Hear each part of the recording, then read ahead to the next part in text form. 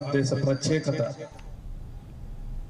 హైదరాబాద్ బేగం బజార్లో భగత్ సింగ్ యువసేన రాష్ట్ర అధ్యక్షుడు లడ్డూ యాదవ్ ఆధ్వర్యంలో 78వ స్వాతంత్ర్య దినోత్సవ వేడుకలు ఘనంగా జరిగాయి. ఈ వేడుకల్లో పాల్గొన్నారు. ఈ సందర్భంగా ఆయన మాట్లాడుతూ సంక్రాంతి, రంజాన్, క్రిస్మస్ పండుగలు ఎలానో స్వాతంత్ర్య దినోత్సవం కూడా భారతీయులకు ఒక పండుగ అని అన్నారు.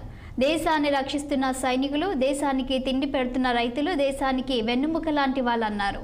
సినిమా థియేటర్లలో జాతీయ గీతం వేసినప్పుడు వినే ఓపిక కూడా నేటి యువతకు లేకపోవడం బాధాకరమని అన్నారు. దేశ స్వాతంత్ర్య ఉద్యమంలో పాల్గొన్న మహనీయుల చరిత్రను, త్యాగాలను నేటి యువత తెలుసుకోవాల్సిన అవసరం ఉందన్నారు.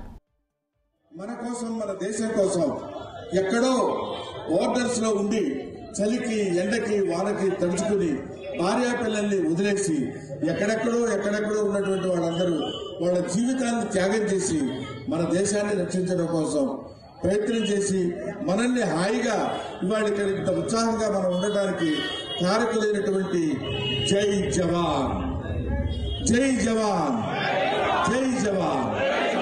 ఆ తర్వాత పొద్దునే లేచి మనం ఒక ముద్ద అన్నం తినగలుగుతున్నాం, మనం ఆహారం తీసుకోగలుగుతున్నాం అంటే పొద్దున్న లేచి ఆరుగాలం కష్టపడేటువంటి రైతులు ఉన్నారు. వాళ్ళు కనుక కష్టపడకపోతే మనకి బియ్యం ఉండవు, మనకి భోజనం ఉండదు, మనకి కష్టం ఉండదు.